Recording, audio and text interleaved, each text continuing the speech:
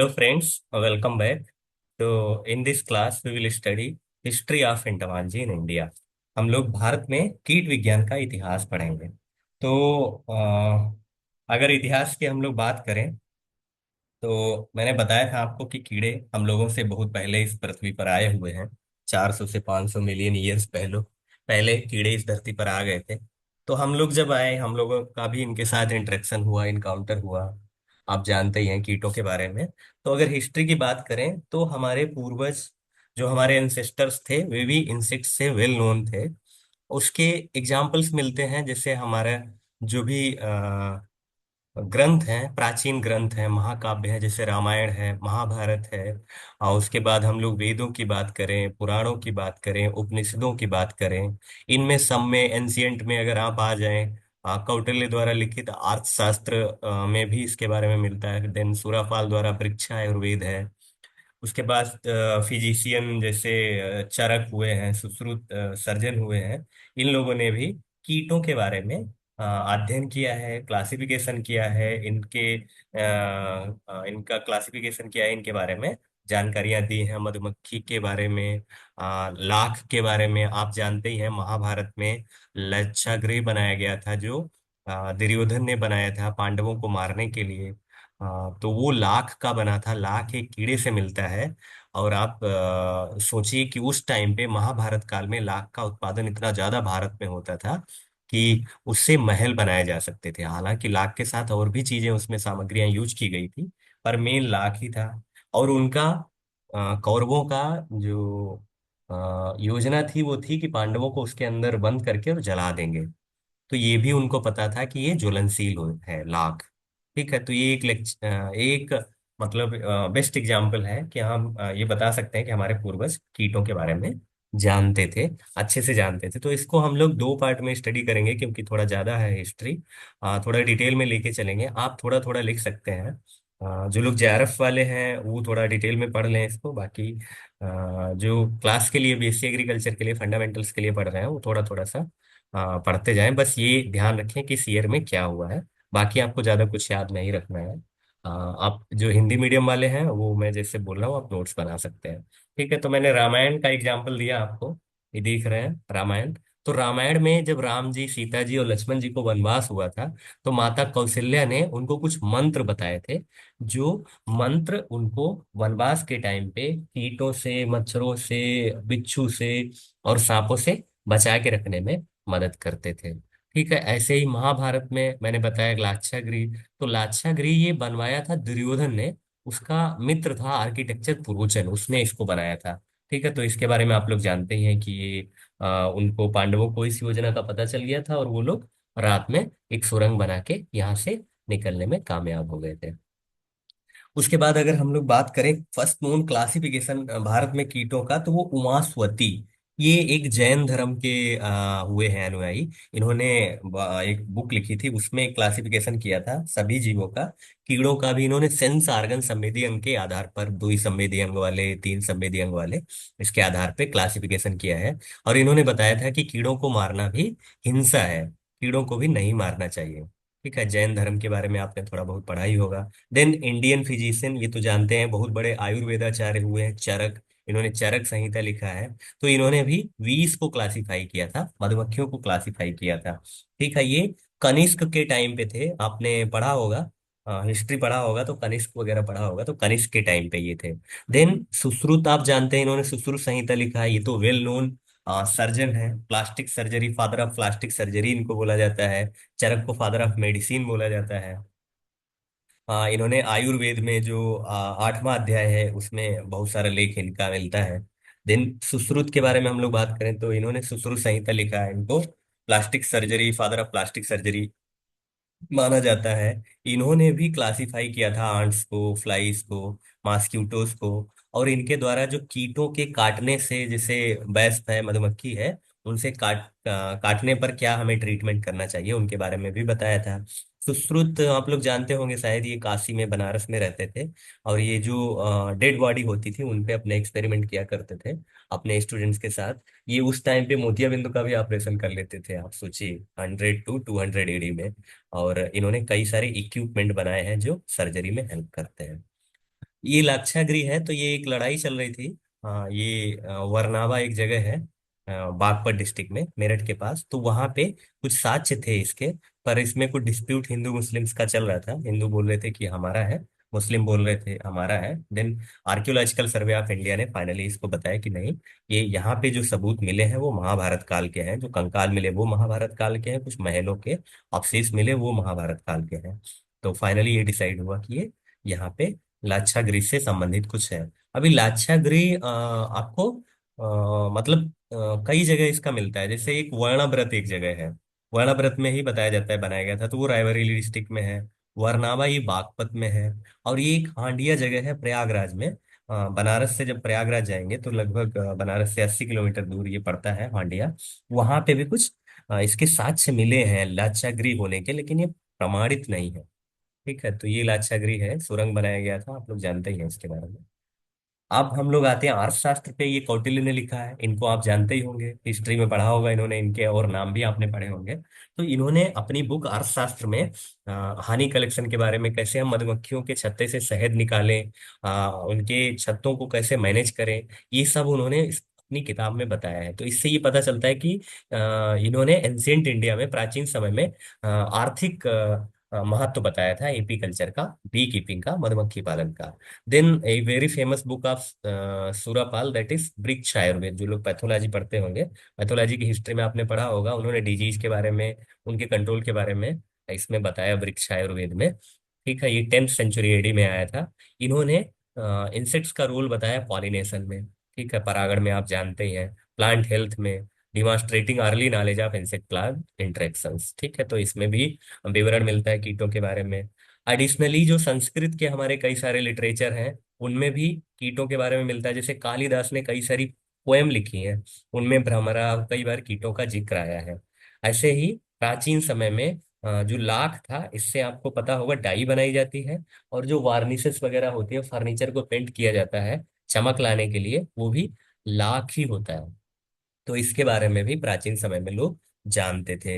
हनी बीस मधुमक्खियों को हम लोग जानते हैं, ये love and arrival of spring से इनको जोड़ा जाता है।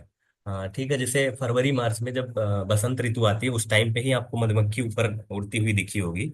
अक्सर वो उनका मैथुनी उड़ान होता है। ठीक है, तो और भी इनको कामदेव का रूप माना जाता है। कामदेव आप लोग जानते हैं, गॉड ऑफ लव है, तो उसी से जोड़ के इनको देखा जाता है मधुमक्खियों को। वैदिक टेक्स्ट में जो हमारे कीट हैं, इनको संस्कृत टर्म दिया गया। हम लोग जानते हैं कि पहले संस्कृत ही हमारी भाषा थी। तो उसमें जैसे अस्तपदा है, अस्तपदा मतलब 8 पैरों वाला, मतलब स्पाइडर, मकड़ी।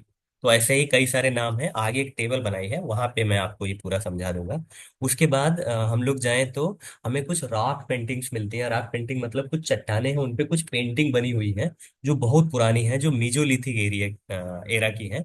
मतलब मध्य पाषाण काल, आपने पूरा पाषाण काल, नव पाषाण काल, मध्य पाषाण काल पढ़ा होगा। तो ये राग पेंटिंग कुछ उसमें मध्य प्रदेश में पाई गई है। तो मेजोलिथिक एरा की है, मतलब 10,000 से 4,000 बीसी।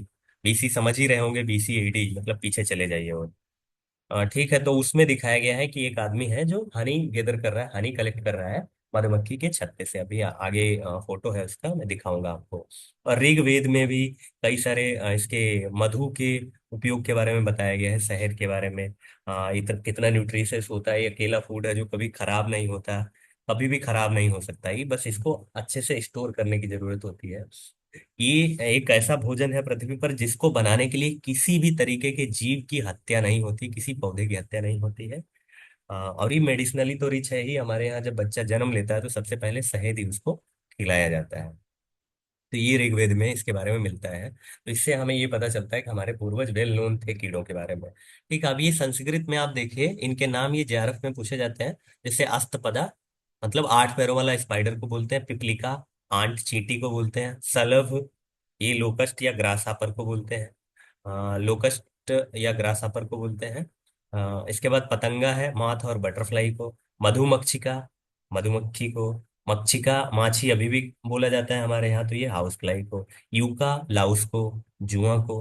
डांसा डमसा ये मॉस्किटो को डांसा अभी भी कहीं कहीं बोला जाता है। दूसरा मच्छर मच्छर टाइप का ही फ्लाई होती है, जो ब्लड चूसती है जानवरों से। वृसिका ये स्कॉर्पियन बिच्छू को बोला जाता था। भ्रमरा बीटल्स को। गुबरैला होता है, बीटल आपके यहाँ रात में आता है, उसको भ्रमर बोलते हैं। श्वेत पिपलिका, ये टर्माइट को बोला जाता है। दीमक को सफेद चींटी भी बोला जाता है, ठीक है। मतकुना, ये बेडबग खटमल को बोला जाता है। तंतुव्या, ये बोला जाता है स्पाइडर को, ठीक है।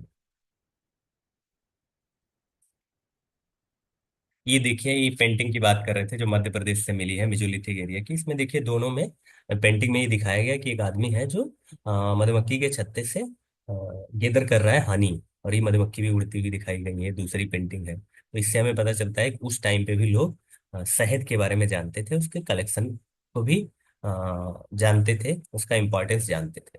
अब इंटमालजी इन इंडिया ड्यूरिंग 1750 टू 900, मतलब अंग्रेजों ने फिर इंडिया इसको, मॉडर्न एरा जो इंटमोलॉजी का है वो इनके समय से ही आया, ठीक है। कीटों के बारे में अध्ययन करना, उनको साइंटिफिक नाम देना, उनको क्लासिफिकेशन करना आर्डर्स में, फैमिलीज में, जीनस में, ये सब अंग्रेजों ने किया। तो इसकी बिगिनिंग जो हुई वो हुई 1 जनवरी 1758 में। मैंने पिछली क्लास में भी आपको बताया था इनके लीनियस के बारे में, कैरोलस लीनियस। इन्होंने सिस्टेमा नेचुरी लिखी थी, जिसका 10th एडिशन आया था 1758 में।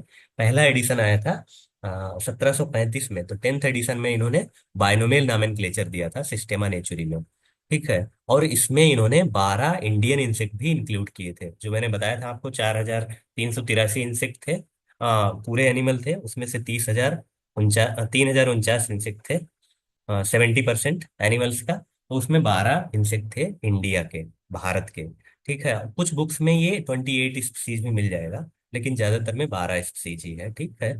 तो ये अगर पूछा जाता तो आप इसको ध्यान रखें। लीनियस की सिस्टेमा नेचुरी में ये मैंने बताया है आपको, इन्होंने total 12,100 species of organisms describe की थी। उनमें से 7,700 were plants and 4,383 were animals. Among animals 3,049 were insects only, the 70% that represent 70% of the whole animal, ठीक है। तो ये सिस्टेमा नेचुरी है और ये कैरोलस लीनियस है। उसके बाद जेजी कोइनिंग है, तो ये 1767 से 1779, जेजी कोइनिंग, जॉन गरहार्ड कोइनिंग, ठीक है। ये स्टूडेंट थे कार्ल लिनियस के, ठीक है। ये भारत के पहले ऐसे व्यक्ति थे, नेचुरलिस्ट थे, जिन्होंने सिस्टमैटिकली इंसेक्ट्स को कलेक्ट किया। स्पेसिमेन को ये कलेक्ट करते थे और लीनियस को भेज देते थे, ठीक है। तो वो उनको आइडेंटिफाई करते थे और उनका नाम देते थे, क्लासिफिकेशन करते थे। ये कोरोमंडल रीजन से और साउदर्न पेनिसुलर इंडिया, तो कोरोमंडल रीजन आप जानते होंगे तमिलनाडु और कुछ आंध्र प्रदेश का लेके वो बे ऑफ बंगाल तक, आपने जियोग्राफी पढ़ा होगा। साउदर्न पेनिसुलर इंडिया से मतलब साउदर्न इंडिया से है, साउथ इंडिया से है। In the 18th century he is recognised as the first naturalist of modern India. Naturalist मतलब एक तरीके से आप प्रकृतिविद कह सकते हैं उसको, जो ऑर्गेनिजम्स वगैरह या प्लांट्स वगैरह के बारे में स्टडी करता है, उसमें इंटरेस्ट रखता है, उसको नेचुरलिस्ट बोलते हैं। तो इनको कंसीडर किया जाता है first naturalist of modern India. Koenig also published a significant study titled a special account of the termites of Thanjavur district. तो ये तंजावर डिस्ट्रिक्ट तमिलनाडु में है। यहाँ की टर्माइट पर इन्होंने एक बहुत अच्छी बुक लिखी थी, ठीक है। उसको special account of the termites of Thanjavur district बोलते हैं। इनके कंट्रीब्यूशंस को देखते हुए इनके एक मित्र थे जेसी फैब्रिसियस। आप कई सारे इंसेक्ट के आगे लिखा जूलॉजिकल नाम के आगे लिखा देखते होंगे फैब्रिसियस। तो ये फैब्रिसियस इनके दोस्त थे। इन्होंने ये एक रेड कार्टन बग इंसेक्ट था, ये अभी भी लगता है आपको, देखे भी होंगे इसको, पहचानते भले ना हो, रेड कॉटन बग। तो इसका इन्होंने नाम दे दिया डाइस डरकस कोइनिगी। देख रहे हैं ये कोइनिगी, कोइनिगी इसीलिए नाम दिया ताकि इनको, कोइनिगी को, जेजी कोइनिग को सब लोग पहचाने, जाने, ठीक है। वैसे इसका नाम डाइस डरकस सिंगुलेटस भी है। ये पायरोकोरिडी फैमिली में आता है। और रेड कॉटन बग ये कॉटन का पेस्ट है, कपास का कीट है, बहुत नुकसान करता है कपास को। उसके बाद हम लोग बात करें तो 1782 में डॉक्टर जेम्स कीर, कीर इन्होंने लाख जो इंसेक्ट है, लैक इंसेक्ट, उस पे काम किया। उसका इन्होंने क्लासिफिकेशन किया, उसको नाम दिया कॉकस लेका, ठीक है। उसके बाद में ये चीज, बाद में इसका नाम और चेंज हुआ लेसिफर लेका, और फाइनली इसको केरिया लाका बोला जाता है। इन्हीं के नाम पे अब इसका नाम है केरिया लाका, ठीक है। तो इन्होंने इसके कल्टीवेशन के बारे में और सब कुछ लिखा था। ये एक इन्होंने, इनका जो लेख है वो है an account of the lac insect, ठीक है। ये लिखा, ये ध्यान रखिए आप। देन 1784, 1784 में एशियाटिक सोसाइटी ऑफ बंगाल, ये भी अंग्रेजों ने ही स्टैब्लिश किया था। ये जनवरी 15, 1784 को कोलकाता में स्टैब्लिश हुई थी by sir William Jones. Currently अभी भी यहाँ से journal of the Asiatic Society publish होता है। ठीक है।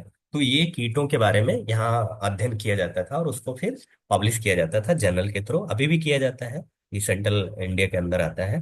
देन 1791 यहाँ पे डॉक्टर जेम्स एंडरसन, ठीक है, ये भी अंग्रेज ही थे। इनका क्या काम था, ये चाहते थे कि यहाँ पे एक महाबलीपुरम जगह है तमिलनाडु में, तब मद्रास उसको बोलते थे। वहां पे एक ये बोटेनिकल वनस्पतिक उद्यान बनाना चाहते थे, कैक्टस का, ठीक है, ओपनसिया का। इसको जानते हैं आप, नागफनी है, नागफनी का, जिस पर वो उगाना चाहते थे कोकिनियल स्केल इंसेक्ट।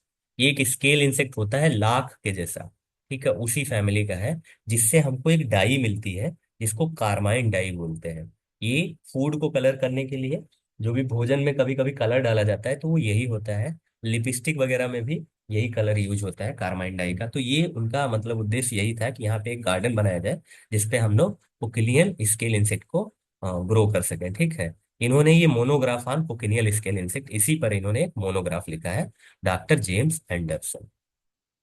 अब हम लोग देखते हैं इंडियन म्यूजियम 1814 में आ जाते हैं।